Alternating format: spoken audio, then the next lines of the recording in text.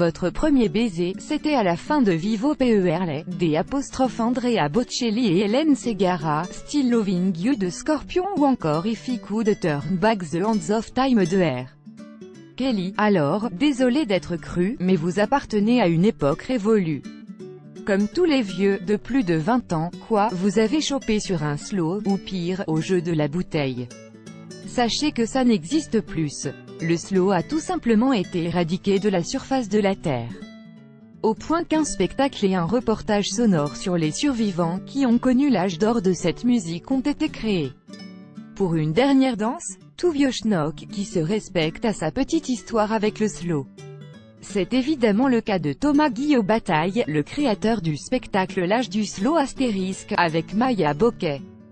Le choix du sujet, ça part de mon histoire sentimentale et personnelle, raconte-t-il. Ce type de chanson a contribué à mon éveil sentimental et mon premier baiser s'est produit sur Everything I Do de Bryan Adams, lors d'un voyage à Rome. Surtout, l'animateur d'atelier radio auprès de collégiens et de lycéens se rend compte que son jeune auditoire passe complètement à côté de la hype du slow. Quand je leur en parle, soit ils ne voient pas ce que c'est, soit ils voient, mais trouvent ça ringard, alors que ça a été un rituel décisif pour moi, comme pour beaucoup de timides, souligne le metteur en scène. Face à ce constat, il décide de retracer l'histoire d'une danse en voie de déperdition, et crée un spectacle léger, basé sur des témoignages qui racontent le long chemin pour aller demander à la fille de danser, comment garder la face devant des copains après le râteau du siècle, l'attitude à adopter pour faire comprendre à un garçon que ça n'est pas parce qu'on a accepté sa danse qu'on ira plus loin avec lui, des poches de résistance. Le propre de cette danse, c'est de ne pas nécessiter de technique. Du coup, elle est liée à l'intime, aux sensations.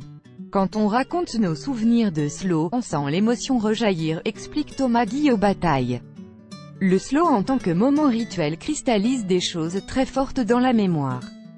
J'ai rencontré des personnes qui avaient presque tout oublié d'une période donnée, sauf ça, et pour rendre compte de cette émotion, qui appartient désormais au passé, la scénographie restitue le théâtre des regards, de ceux qui attendent bien gentiment sur les chaises pendant que les autres dansent parce que personne ne veut danser avec eux.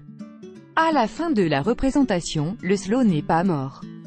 Invités à rejoindre les comédiens sur scène, les spectateurs s'y rendent bien volontiers pour renouer avec leur jeunesse.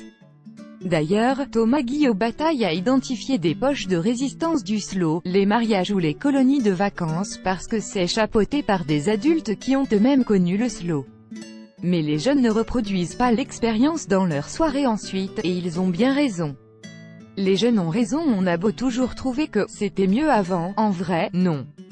Le slow, c'était se risquer à inviter quelqu'un et à se prendre le râteau du siècle devant tous ses copains.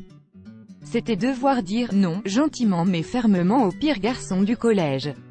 C'était ne pas savoir comment se placer, bouger ses mains, les bras tendus, lors d'une danse acceptée trop vite. Pire, c'était attendre des heures à regarder les autres danser tout en sachant que notre tour ne viendrait pas. Aujourd'hui, les jeunes envoient un snap. Pour les plus âgés d'entre nous, ce sont des messages instantanés et éphémères, pour savoir si l'autre est intéressé, et lisent la réponse dans leur coin.